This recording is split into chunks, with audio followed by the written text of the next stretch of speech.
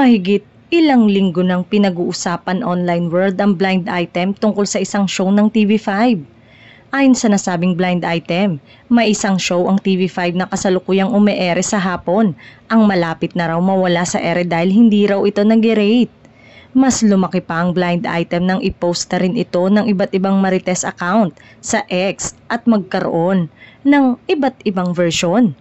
Ayon sa latest chika ay binigyan lamang ito ng 6 months ng TV5 ang nasabing programa. Mula sa pagiging blind item ay pinangalanan na ito ng ibang showbiz page account.